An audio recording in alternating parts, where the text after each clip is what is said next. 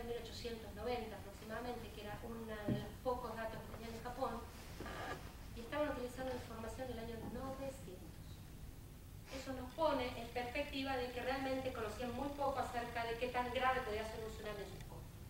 Casi todo lo podían medir, lo podían prever, pero la cuestión es, si el tsunami que va a venir mide 50 centímetros, me paro arriba de una caja y no pasa nada, pero si no lo puedo medir bien, y mide, como les dije hoy, 39 metros, esa caja ya no me alcanza, entonces los modelos hay que perfeccionar.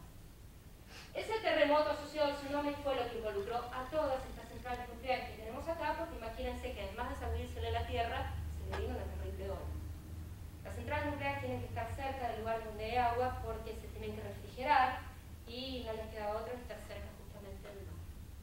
Entonces, de las 54 centrales nucleares que tenían, 10 están en Fukushima Daiichi y 4 en Fukushima Daini, están puestas en ese recuadrito que les muestro ahí, ¿sí? Muy cerquita del epicentro del terremoto. Esas centrales fueron afectadas por el terremoto de una manera, fueron más afectadas por el terremoto, estaban gerenciadas por esta empresa y en ese momento, cuando se produjo el terremoto el 11 de marzo, tenían 7 que estaban funcionando y 3 paradas para poder hacer mantenimiento. De esas 7 que tenían en operación, cuando se produjo el terremoto, hay un conjunto de sistemas de seguridad que se activaron y, para que se hagan una idea, primero les voy a mostrar dónde están. Tengo 6 en Daiichi puestas justo, fíjense, sobre el mar, ¿sí? Muy pegaditas una de la otra, y en Daiichi tengo otras 4 más. También muy pegaditas una respecto de la otra. Cuando se produjo el terremoto, tenían un conjunto de sensores que las apagaron, ¿sí? Y las mantuvieron refrigeradas para que se mantengan controlada la temperatura de los reactores. ¿Por qué? Porque estas reacciones que se producen en el reactor, recuerden que yo les dije que estaba partiendo núcleos de uranio, por ejemplo, eso libera energía y tengo un objeto que libera energía porque está calentando todo mi alrededor, entonces los tengo que mantener frescas para que no se sobrecalienten. Y en principio esas centrales fueron apagadas normalmente, de la 1 a la 3 se apagó normalmente, a las 14:46, que es la hora local donde se produjo el terremoto. En ese momento se apagaron, funcionaron todos los sistemas de emergencia y empezaron a ser refrigeradas con sistemas alternativos, ¿sí? Sistemas de emergencia de refrigeración, nada más que para mantener fresco el reactor. ¿Cómo se dieron cuenta de esto? Todas las centrales nucleares tienen varios sismógrafos instalados, tienen profundidad y a diferentes niveles.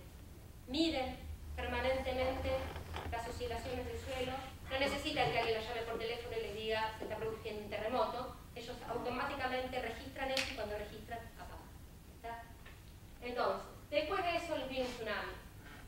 Entonces, ¿qué pasó con todo esto? Las centrales estaban siendo refrigeradas con motores que funcionaban con diésel. Si yo al diésel le tiro un jarro de agua, no funciona más. Pues le tiraron 10 metros de jarro de agua, ¿sí? Se le vino una ola de por encima de 10 metros a estos reactores, así que todos los elementos que lo estaban poniendo refrigerados se inundaron y se apagaron y en consecuencia no pudieron seguir refrigerando estos reactores. ¿Y qué pasó? Levanta la temperatura. Imagínense ustedes una olla a presión. ¿Qué pasa con la olla a presión si yo me lo olvido arriba del fuego? ¿Sí? ¿Por qué tiene la válvula la olla a presión? Para liberar justamente este vapor que tengo en el interior y que no reviente. ¿Estamos? Eso es lo que las centrales fueron advertidas de este tsunami que se venía inmediatamente por los centros encargados del pronóstico de tsunami. Y para que se hagan una idea, a Fukushima Daini, 37 minutos después de producido el terremoto les cayó la primera ola, y a la otra 41 minutos después les cayó la primera ola, realmente muy rápido. ¿Sí? No necesitaban los estar informados, tenían materiales para medir los niveles del agua, pero otra vez, los materiales que tenían para medir se los llevó el agua, ¿sí? Así que no pudieron medir cuánta agua les entró, ni cuánta agua subió, ni nada. Calcularon por el nivel que se le había mojado en la pared, como lo hace uno en su casa, hasta dónde ha llegado el agua en la central centrales porque no las pudo medir, porque no le quedó un sensor para poder medir. ¿Está? Fueron diseñadas para una altura pronosticada de tsunami de más o menos 6 metros y estiman que le llegaron cerca de 14 metros. ¿Está? Imposible de levantar la ladera de la planta baja al piso arriba. Entonces, fueron 7 olas que inundaron una superficie, esto fue lo del tsunami, de 561 kilómetros cuadrados. Para que se den una idea, el Gran La Plata tiene 900 kilómetros cuadrados, ¿sí? O sea, realmente inundaron una terrible superficie. Así que con todo esto, les pasó que estas centrales que os mostraba en un esquema quedaron así como las vemos ahora, ¿sí? Fue muy espectacular ver lo que pasó, porque, volvamos al ejemplo de la olla a presión. Si yo levanto la temperatura, por algún lado todo ese vapor que tengo adentro lo tengo que escapar, ¿sí? Eso hizo reventar alguna de las centrales, ¿sí?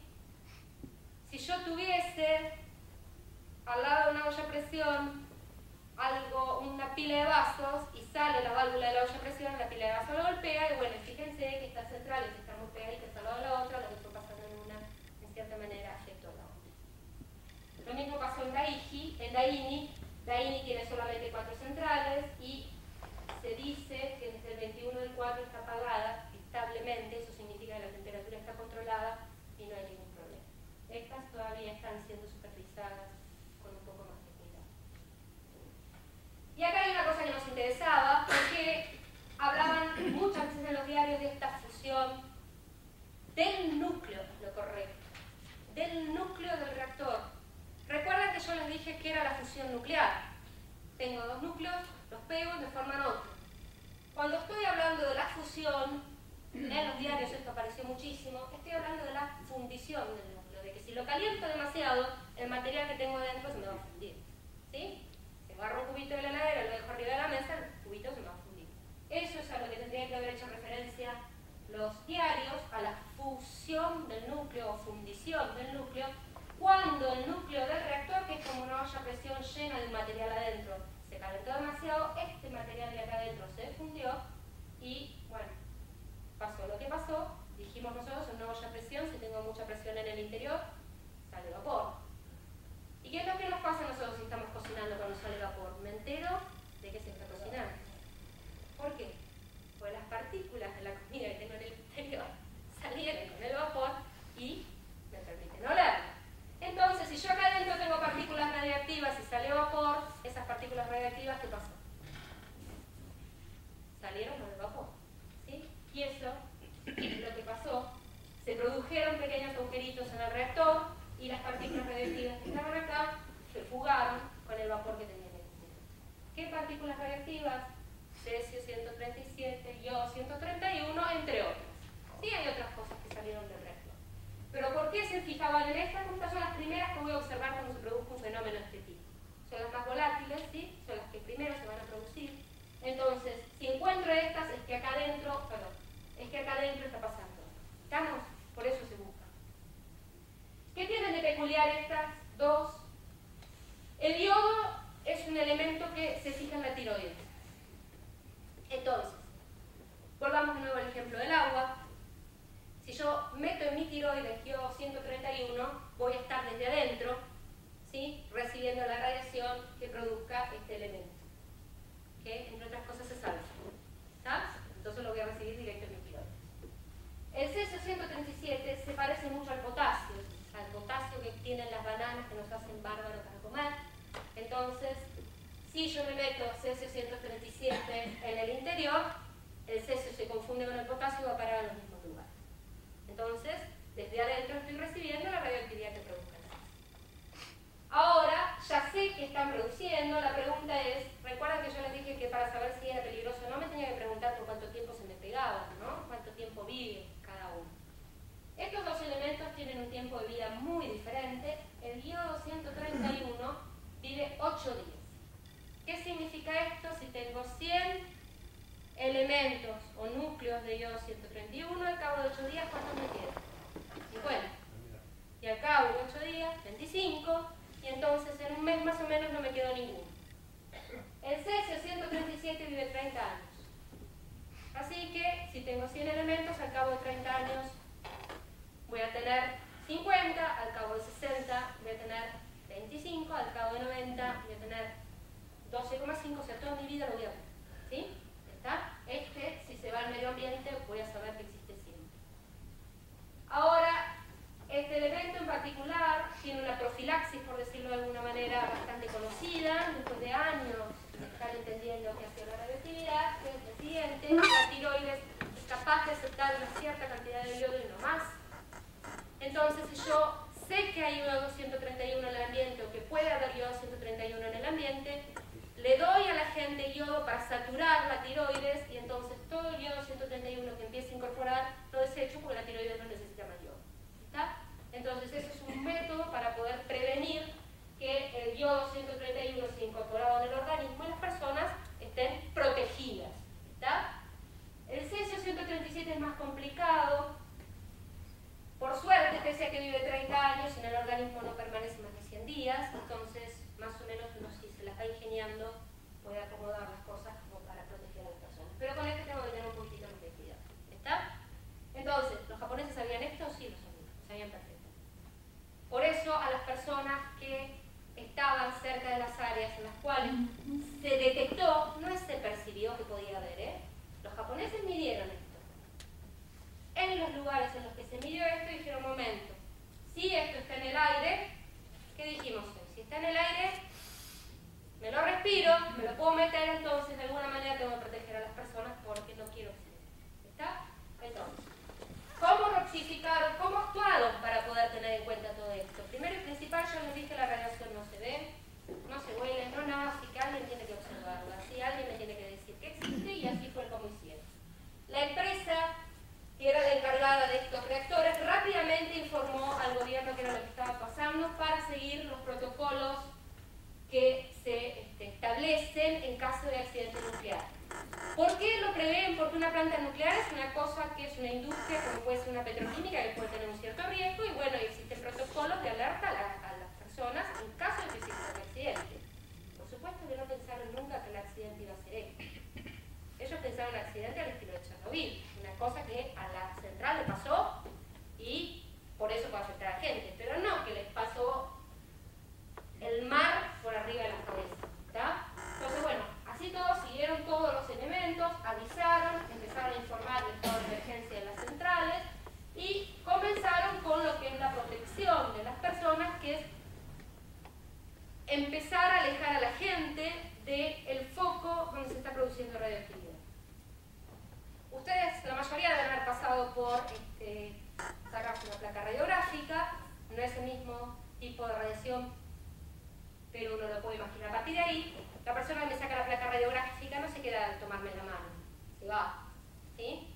Justamente para mantener distancia de la fuente que emite radiación, en este caso rayos X, porque la distancia protege de la radiación, o sea, si en la medida me voy alejando voy recibiendo menos radiación. Entonces, lo primero que se hizo es, cuando se produjo este evento, decir, bueno, evacuamos 3 kilómetros y avisamos a la gente que de 3 a 10 kilómetros se quede en el interior y seguimos midiendo. Y veían que las cosas iban evolucionando de una manera cada vez más complicada y en un momento evacuemos una distancia mayor para proteger más gente, porque esta gente todavía está en peores condiciones, y pidamos a la gente que entre 20 y 30 kilómetros se mantengan en el interior. Quiero que presten atención de esta transparencia a algo.